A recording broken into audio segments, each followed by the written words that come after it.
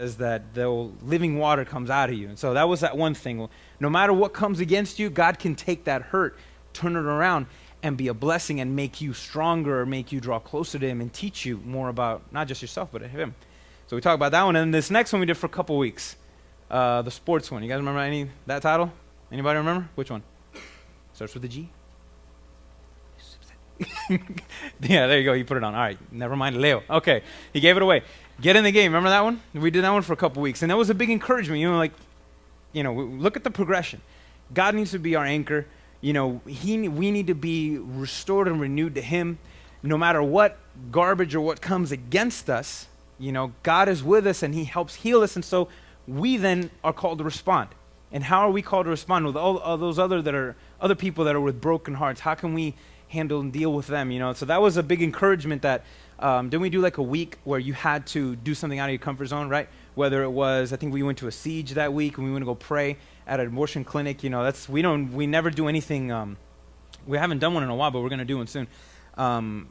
That's nothing, for those that don't know, we don't go picketing, we don't go yelling, it's nothing like that. We come because in peace, and when we just stand there in front of the abortion clinic off to the side, and we just pray silently, praying that they see the light and that they see that there's other options besides what they're doing. And just in those few times, we saw a lot of, we know of some testimonies of people that didn't have abortions and I believe it was because of prayers are happening there. And I know that there has to be other testimonies that we don't even know yet, and we'll have to wait till heaven to see those.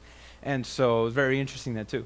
So we talked about getting the game, how God says for us to be Christians, you just can't play this, you can't play the game. You can't play this Christian game of you show up on a Sunday and then that's it, and you just kind of do your thing. It's all wrapped up. We don't have our own life, our work life here, our job life here, our home life here, our friend's life, our church life. It's just life. It's just your life. It all is in one. And God encourages us to live out. He was, with this couple weeks, he encouraged us to live out your faith. The next one, after we did that kind of led to our 40-day challenge. We did the Live Truth for the first time.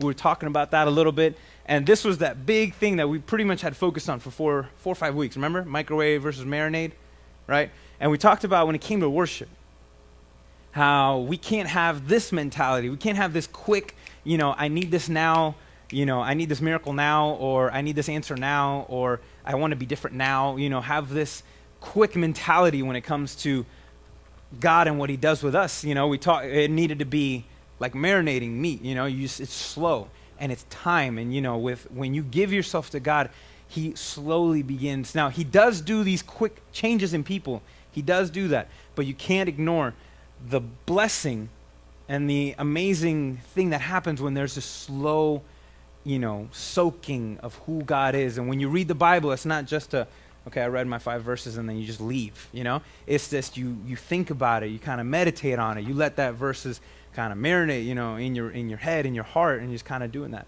And so that was a big encouragement we did there. It's not microwave worship, but marinated worship. And then last one, and pretty much this was almost for like 2 months, but I just gave different title testimonies. Remember? The let there be not stuff in your life, but let there be light.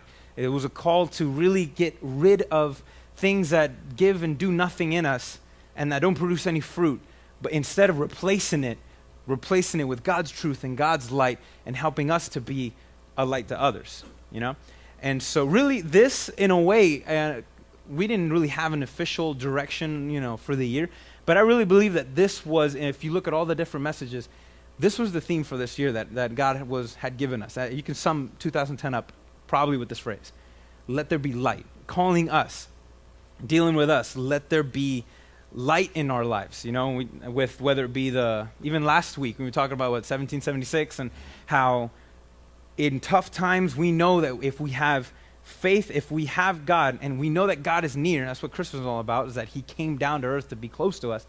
Because of that, we know that we can have peace because God is with us. We know we can have hope because he can make anything out of nothing, right? And he can always make a way out.